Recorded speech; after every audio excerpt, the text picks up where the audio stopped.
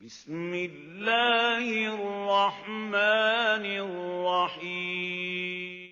ہمارا channel subscribe کرنا اور نوٹیفیکیشن بیل آن کرنا نہ بھولیے گا تاکہ ہمارا رابطہ برقرار رہے۔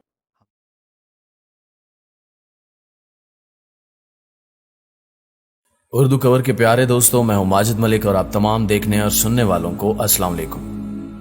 ناظرین گرامی، کافر سائنسدانوں نے حضرت سلیمان علیہ السلام کا جادوئی تخت ڈھونڈ لیا۔ جیسے ہی سائنسدانوں نے حضرت سلیمان علیہ السلام کے تخت کو ہاتھ لگایا تو ایک ایسا معجزہ رونما ہوا کہ سب دنگ رہ گئے۔ آج ہم آپ سے اسی معجزے کے بارے میں گفتگو کریں گے، لہٰذا آپ سے گزارش ہے کہ اس قیمتی ویڈیو کو آخر تک ضرور دیکھیے گا۔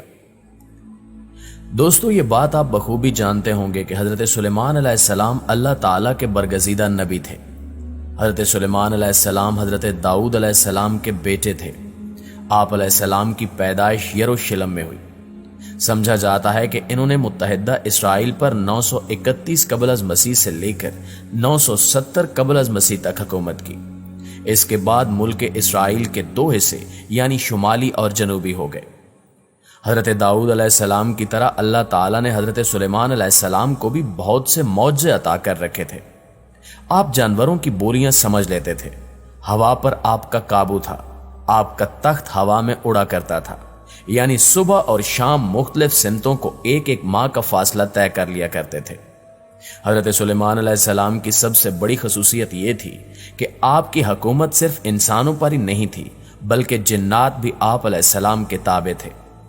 حضرت سلیمان علیہ السلام نے مسجد اقصی اور بیت المقدس کی تعمیر شروع کی۔ جن دور پہاڑ سے پتھر اور سمندر سے موتی نکال کر لایا کرتے تھے، یہ عمارتیں آج تک موجود ہیں۔ اس کے علاوہ آپ علیہ السلام نے جنوں سے اور بھی بہت سے کام لیے۔ آپ علیہ السلام کو نہ صرف پیغمبری عطا کی گئی بلکہ دنیا کی عظیم بادشاہت اور علم سے بھی نوازا گیا تھا۔ روایات میں آتا ہے کہ حضرت سلیمان علیہ السلام کے سامنے رب تعالیٰ نے 3 آپشن رکھے تھے کہ وہ جس چیز کو چاہیں اپنے لیے پسند فرما لیں۔ آپ علیہ السلام کے سامنے بادشاہت، دولت اور علم رکھا گیا اور آپ علیہ السلام نے اس میں سے علم کو پسند فرمایا۔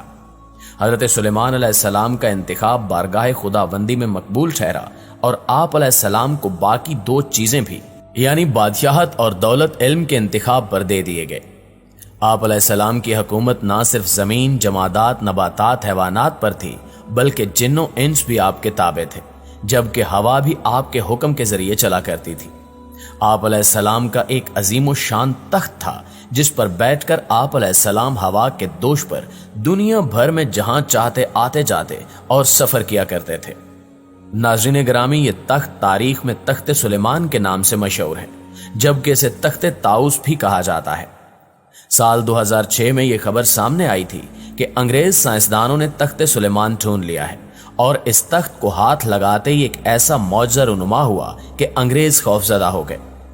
ہوا کچھ یوں کہ انگریز سائنسدانوں کو ریسرچ کے دوران مصر کے ایک دور افتادہ علاقے سے کرسی نما شے ملی جسے انہوں نے تخت سلیمان کا نام دیا اور کہا کہ یہ وہی تخت ہے جسے حضرت سلیمان علیہ السلام استعمال کیا کرتے تھے۔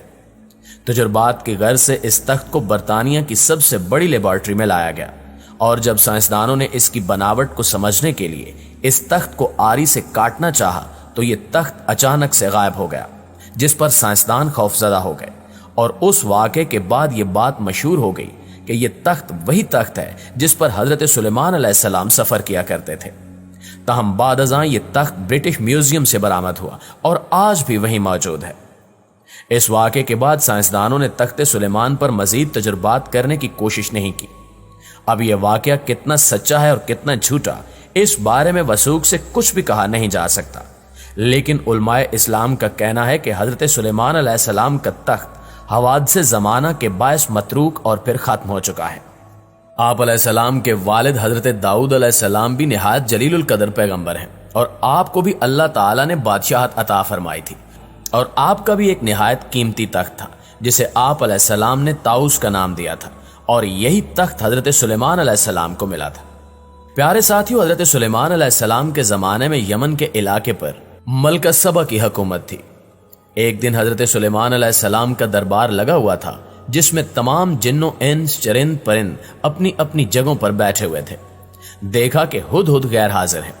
آپ علیہ السلام نے فرمایا کہ ہدہد نظر نہیں آ رہا۔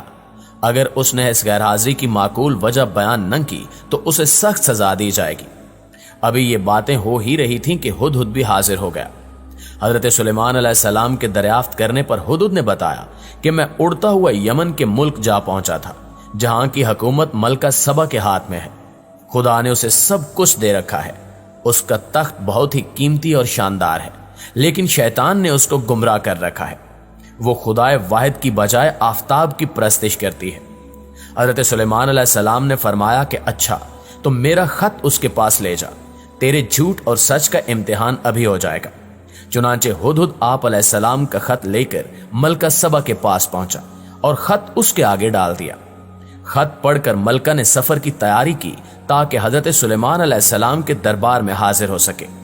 جب حضرت سلیمان علیہ السلام کو ملکہ کی روانگی کا علم ہوا تو آپ علیہ السلام نے فرمایا کہ دربار والوں میں کوئی ایسا ہے جو ملکہ کا تخت یہاں لے آئے۔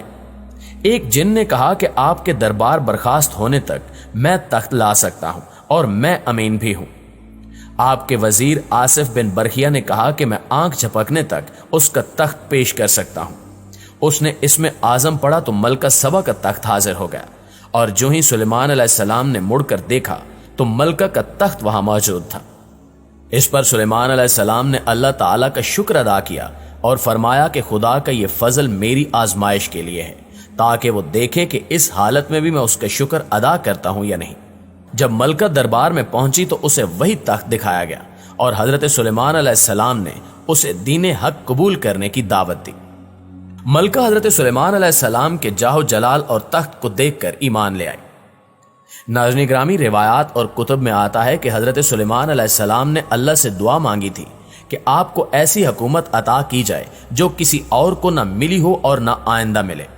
آپ علیہ السلام کے لشکر میں کم و بیش ساری قابل ذکر مخلوق شامل ہوا کرتی تھی۔ ایک بار آپ علیہ السلام کسی جہادی مہم کے لیے روانہ ہوئے تو اس عظیم الشان لشکر کو دیکھ کر ایک چیونٹی نے کہا کہ اے چیونٹیو، اپنے بلوں میں گھس جاؤ، کہیں سلیمان اور اس کا لشکر لا علمی میں تمہیں کچل نہ ڈالیں۔ آپ علیہ السلام نے چیونٹی کی بات سن اور سمجھ لی۔ یہ اللہ تعالیٰ کا آپ علیہ السلام پر بہت بڑا احسان تھا کہ اس نے آپ کو ایک جانب نبوت کے بلند مقام پر سرفراز کیا تھا جو دنیا و آخرت کا سب سے اونچا مقام ہے، تو دوسری طرف آپ علیہ السلام کو ایسی حکومت عطا کی تھی جس کی کوئی مثال بنی نوع آدم میں نہیں ملتی۔ تیسری طرف آپ کو تمام مخلوقات کی باتیں سننے اور سمجھنے کی صلاحیت بخشی گئی تھی۔ یہ بہت بڑی بڑی نعمتیں تھیں۔ ان کو یاد کر کے آپ علیہ السلام کے دل میں خیال گزرا کہ آپ جیسی شان کسے مل سکتی ہے۔ یہ خیال آتے ہی آپ فوراً متنبہ ہو کر اللہ کا شکر ادا کرنے اور اس سے معافی مانگنے لگے کہ اے میرے رب، مجھے توفیق دے کہ میں تیرے ان احسانات کا شکر ادا کرتا رہوں جو تو نے مجھ پر اور میرے والدین پر کیے ہیں، اور ایسا عمل صالح کروں جو تجھے پسند آئے، اور اپنی رحمت سے مجھے اپنے صالح بندگان میں شامل کر۔ یہ حضرت سلیمان علیہ السلام کی جامع اور عظیم دعا ہے۔ آپ علیہ السلام کی حکومت جنوں انس کے علاوہ پرندوں، درندوں اور چرندوں پر بھی تھی، بلکہ ہوا بھی آپ کے تصرف میں دے دی گئی تھی۔ ہر انسان کو خدا نے بے شمار نعمتیں عطا کی ہیں۔ ان کے بارے میں قرآن کہتا ہے کہ اگر تم خدا کی نعمتوں کو گننا چاہو تو گن نہیں سکتے۔ انسان کا فرض ہے کہ ان لا تعداد نعمتوں کو یاد کر کے خدا کا شکر ادا کرے اور حضرت سلیمان علیہ السلام کی یہ دعا پڑھتا رہے۔ اللہ تعالیٰ نے سورہ کاف میں اپنے مخصوص اور صالح بندوں کی جو دعا نقل کی ہے وہ حضرت سلیمان علیہ السلام کی اس دعا سے بہت ملتی جلتی ہے۔ تھوڑا سا لفظی تعیر ایک جگہ ہے جہاں اپنی اولاد کی اصلاح کی استدعا کی گئی ہے۔ یہ دعا بھی بہت جامع اور پرتاثیر ہے۔ اللہ تعالیٰ فرماتا ہے کہ سعادت مند نوجوان بچپن سے جوانی تک اللہ کی اطاعت میں منزلیں طے کرتا ہے، یہاں تک کہ 40 سال کا ہو جاتا ہے۔ اب اس کے والدین بھی ہیں اور اہل و عیال بھی۔ وہ اللہ سے باقاعدگی کے ساتھ دعا مانگتا رہتا ہے۔